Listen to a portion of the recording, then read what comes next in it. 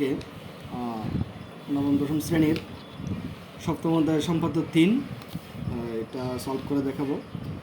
এটা আমি প্রশ্নটা করতেছি, মানে হচ্ছে আমাদের সাধারণ নির্বাচন। কোনো ত্রিভুজের পরিসীমা এবং ভূমি সংলগ্ন দুটি কোণ দেওয়া আছে। প্রশ্ন হচ্ছে দুটি কোণ এবং পরিসীমা দেওয়া আছে।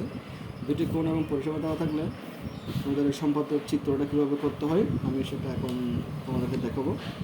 তুমি একটু মনোযোগ দিয়ে খেয়াল করো। প্রথমে আমরা দুটি কোণ নিব। যদি আমাদেরকে কোণের নির্দিষ্ট মাপ বলে দেয় তাহলে আমাদের সেই মাপে কোণটা নিতে হবে। আর যখন কোনো মাপ থাকবে না, নির্দিষ্ট কোনো মাপ থাকবে না, তখন আমরা আমাদের নিজেদের মতো করে মাপ নিব। অবশ্যই হ্যাঁ, এখন আমি দুটো কোণ নিলাম, কোণ এক্স, কোণ ওয়াই, এবং আরেকটা পরিসীমা নিব। পরিসীমা বলতে আমরা বুঝি একটা ত্রিভুজের 3 বাহুর সমষ্টি। ত্রিভুজের 3টা বাহু যোগফল নিয়ে যতটুকু হবে ওটা হচ্ছে পরিসীমা। প্রথমে আমরা আমাদের তথ্যটা নিয়ে নিলাম, দুটা কোণ এবং একটা পরিসীমা। এবং এই তথ্যগুলো দিয়ে এখন আমরা আমাদের সেই ত্রিভুজটা অঙ্কন করব। প্রথমে আমরা একটা রশ্মি নিব।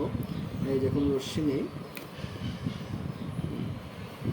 এই রশ্মি হতে আমাদের পরিসীমা যতটুকু আছে আমরা পরিসীমাকে পি দ্বারা নামকরণ করেছি। পরিসীমা পি এর সমান করে আমরা এ ডি অংশ কেটে নিই।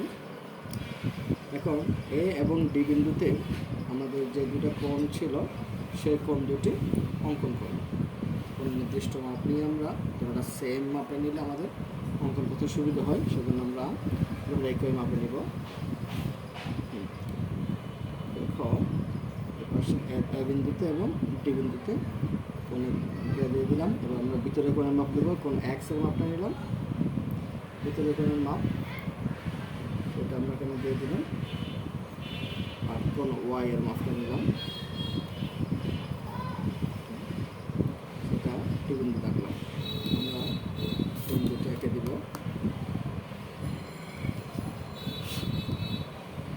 আমাদের কোণ দুটোর নাম হবে একটি ডি এ এফ আর একটা হচ্ছে এ ডি জি কোণ। এবার আমরা আমাদের ডি এ এফ কোণকে সমদ্বিখণ্ডিত করব। কোণ এবং ডি কোণকে আমরা সমদ্বিখণ্ডিত করব। দ্বিখণ্ডিত করার প্রক্রিয়াটা একটু দেখে নাও। আমাদের মোট কোণকে অর্ধেকের বেশি ব্যাসার্ধ নিয়ে দুটো বৃত্তচাপ আঁকবো। কোণের অভ্যন্তরে দুটি বৃত্তচাপ আঁকলে আমাদের কোণটা সমদ্বিখণ্ডিত হয়ে যায়। কোণ এই যে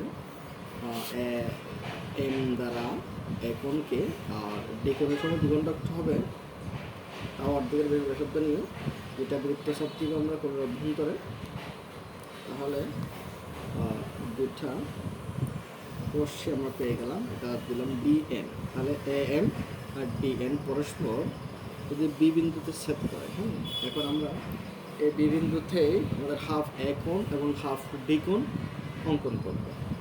তাহলে হাফ এ কোণ আমরা কীভাবে অঙ্কন করতে পারি দেখো।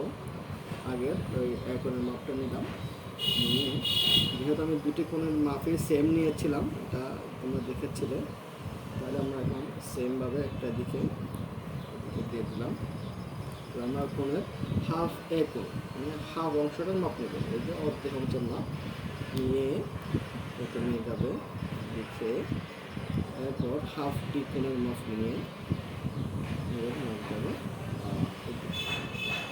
এবার আমরা যোগ করে দেব, যেখানে ছেদ করেছিল এটা, তারপর আমরা সি আর সি ফ্রেম দিয়ে দিলাম। তাহলে আমাদের ডিসি সি ফ্রেম একটা ত্রিভুজ হয়েছে, যে ত্রিভুজের পরিসীমা এবং দুটা কোণ সেই ত্রিভুজটা অঙ্কিত হল। ধন্যবাদ সবাইকে। না বুঝলে